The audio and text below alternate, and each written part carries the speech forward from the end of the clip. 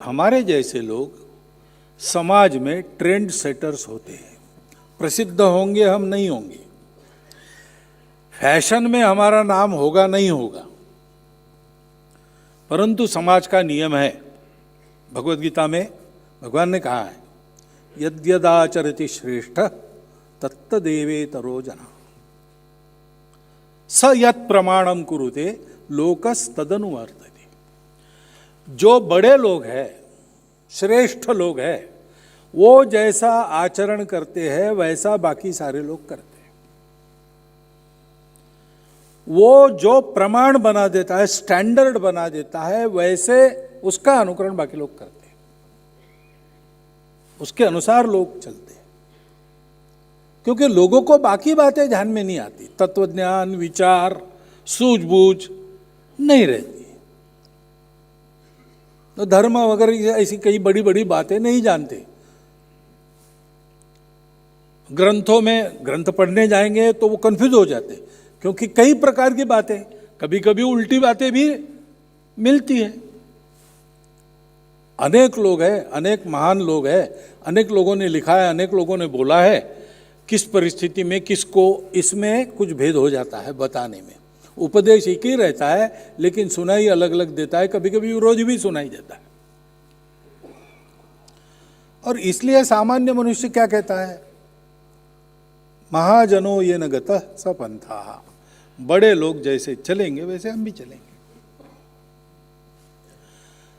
तो अपने देश के लोगों की लीक बनाने का काम हम चाहे न चाहे हम कर रहे हैं।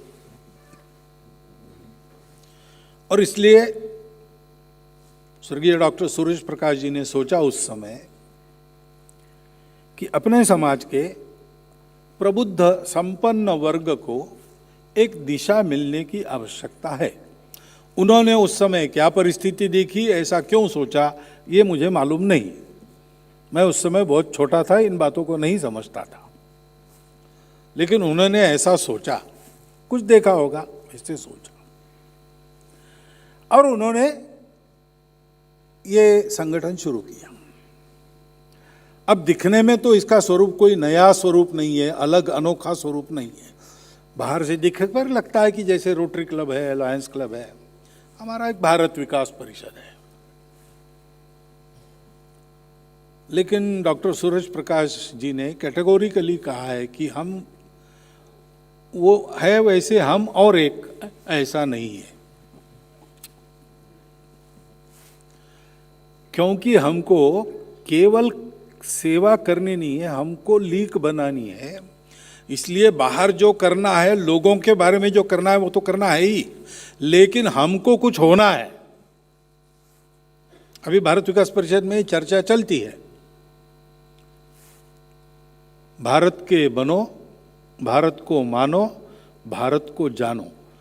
तो भारत के बनो यहां से काम शुरू होता है, क्योंकि हमारा भारत विकास परिषद है। तो भारत इस शब्द का भी एक विशिष्ट अर्थ है, विकास इस शब्द का भी भारत के संदर्भ में एक विशिष्ट अर्थ है।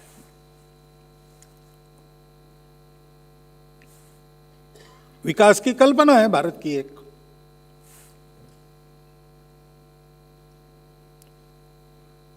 क्या बाकी दुनिया में विकास किसको मानेंगे? तो भौतिक सुखों की प्रचुरता है, भरपूर है, और क्या, पास में भरपूर धन है, और हाथ में कुछ ताकत है, पावर है। पावर, मनी एंड प्लेजर, तो फिर सर्वांगीण सुख हो गया। लेकिन अपने यहां ऐसा नहीं है। अपने यहां कबीर महाराज जी ने कह दिया, ऊंचा भया तो क्या भया, जैसे ताल खजूर, पथिकन को छाया नहीं, फल लागे अति दूर। इसका मतलब मेरे या मेरे अकेले परिवार के विकास में सच्ची विकास नहीं है। क्योंकि मनुष्य, उसके अंदर जो है सत्य, वो सारे विश्व का सत्य है, सारा विश्व उसी से निकलता है। तो मनुष्य का ये कर्तव्य है, उसको विचार दिया है, उसको समझदारी दी है, ये शक्ति अगर प्रकृति ने दी है जो बाकी किसी को नहीं दी, तो इसका मतलब है मनुष्य को इस प्रकृति को भी ठीक चलाना है, सारी मानवता को भी ठीक चलना है उसके लिए। तो यह उसका दायित्व बनता है। बैल पर कोई दायित्व नहीं है सृष्टि का, वो प्रकृति ने जैसा रखा वैसे काम करता है।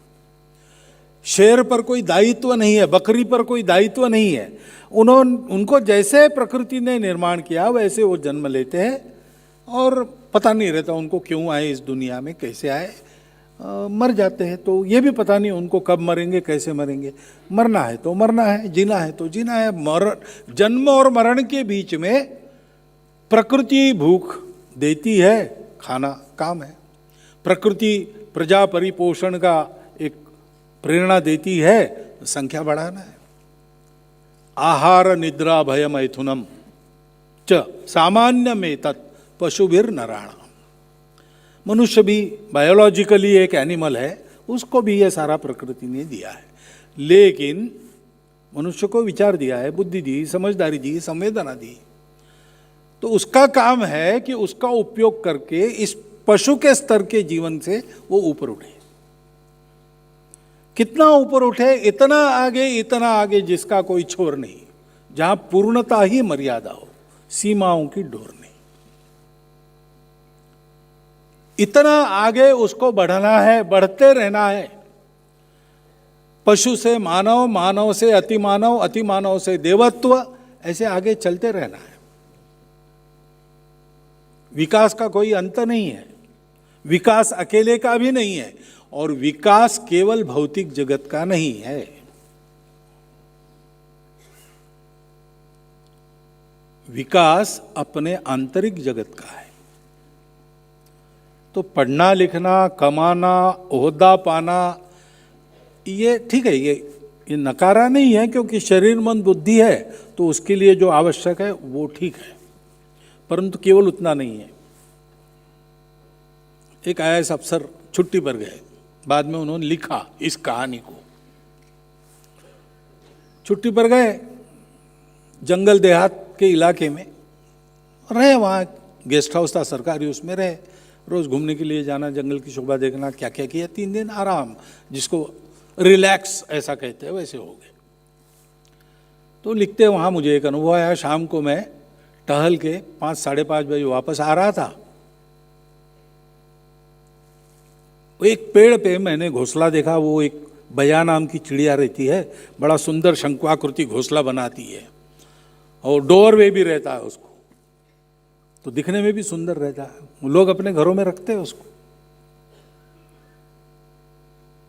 तो अब वो ऊंचा पेड़ पर था और ये सूट बूट में थे, सुपर क्लास 1 अफसर थे, तो प्रतिष्ठा के भी विरुद्ध था, पेड़ पर वगैरह कैसे चढ़े। लेकिन एक गडरिए का बच्चा वहाँ था, अपनी बकरियाँ चराते चराते आया था। तो उसने कहा, वो देख रहे हो क्या है? तो बोले, हाँ बया का घोंसला है। तो लो निकाल के दो। उसने कहा नहीं देता। मैंने कहा, अरे मैं भैया 1 रुपया दूंगा तुमको, निकाल के दो। तो बोले नहीं, रुपया नहीं चाहिए। तो इन्होंने दाम बढ़ाया, 10 रुपये तक गए, लेकिन वो तैयार ही नहीं। तो ले क्यों, तुम आसानी से कर सकते हो, तुम्हारी आयु है ये सब करने की, कई बार तुम कर चुके भी होंगे, तो मैं 10 रुपया देने के लिए तैयार हूं। बोले नहीं। क्यों? तो बोले आप शहर से आए यहाँ? तो बोले हाँ आए हैं। तो कितने दिन रहेंगे? तो बोले परसों के दिन जाना है। तो बोले वहाँ आपकी राह देखते होंगे घर के लोग, अगर परसों के दिन राह देखेंगे, देर हो गई तो चिंता करेंगे। तो बोले हाँ वो तो है ही। तो बोले वो घोंसले में चिड़िया के बच्चे हैं, वो चिड़िया बाहर गई है, वो बच्चे भी उसकी राह देखते होंगे। अगर आप घर नहीं पहुंचे तो आपके घर में क्या होगा? तो आगे वो अफसर साहब उस लेख में लिखते, कहानी में लिखते हैं कि मुझे मेरे बहुत शिक्षित अफसर होने की लज्जा आई उस समय। विकास क्या है? अगर आप उस घोंसले में जो बच्चे चूजे हैं चिड़िया के, उनका दर्द समझ नहीं सकते, तो आप मनुष्य कैसे हो? और वो भी शिक्षित मनुष्य कैसे हो? और वो भी जिम्मेवार मनुष्य कैसे हो? और वो भी साधन संपन्न मनुष्य कैसे हो आप? इस तरफ हमारे महाजनों का ध्यान आकर्षण करना, और ऐसा वो बने वास्तव में समाज को जिनके पीछे जाना है, जिनके पीछे जाने से समाज को धर्म समझ में आएगा, समाज का कल्याण होगा, ऐसे महाजन बनना ये पहले करना पड़ता है। भारत के बनो, क्योंकि भारत इसी के लिए है। भारत को जानना है तो भारत का भूगोल, भारत का इतिहास, ये सब जानना है, लेकिन भारत का प्राण क्या है? भारत का प्राण है, उसने अस्तित्व में इस एक तत्व को देखा और ये समझा कि अनेक रूप धारण करके यह तत्व पूरे विश्व के रूप में हमारे सामने प्रकट होता है। दिखता अलग अलग है, लेकिन वह है एक ही। और इसलिए मनुष्य का विकास यानी इस विश्व के साथ एकात्म तादात्म हो जाए। वो मनुष्य, अपने यहां देखो, हमारे 8वीं पीढ़ी के पूर्वज कौन थे, ऐसा अगर मैं पूछूं तो बहुत कम लोग होंगे यहां मेरे सहित जो उसका उत्तर दे सकेंगे। जरूरत नहीं है, भूल जाते हैं, मालूम भी नहीं रहता है। स्वामी विवेकानंद सब लोग जानते हैं। आपके रिश्तेदार थे क्या? नहीं, रिश्तेदार नहीं थे। अच्छा, आपके गांव में आए होंगे कि भी आपकी भेंट? अरे नहीं भाई, उनके मरने के बाद मैं जन्मा, और हमारे गांव में वो कभी आए ही नहीं। अच्छा, तो क्या सांसद थे क्या? मंत्री? नहीं। वे भी विधायक रहे होंगे? नहीं, विधायक को करनी। झड़पी में नहीं, ग्राम पंचायत में भी नहीं, वार्ड के भी नहीं। अच्छा, पैसा? अरे पैसा कहाँ, उनकी बूढ़ी माता जी थी, उसका योगक्षेम खेतड़ी के महाराजा मनी ऑर्डर भेजते थे तब चलता था। कोई एक ढेला नहीं कमाया, कहीं कोई प्रभाव नहीं, प्रभुता नहीं पाई, न रिश्ते के है न नाते के, न कभी देखा न कभी आए अपने इधर। हम क्यों जानते हैं उनको? हम इसलिए जानते हैं कि वो अपने लिए नहीं जिए, वो जिए, ऐसे जिए स्वयं, सारी मानवता के सामने एक उदाहरण बन गए। और ऐसा बनने के बाद भी उसका भी उपयोग उन्होंने अपने लिए नहीं किया।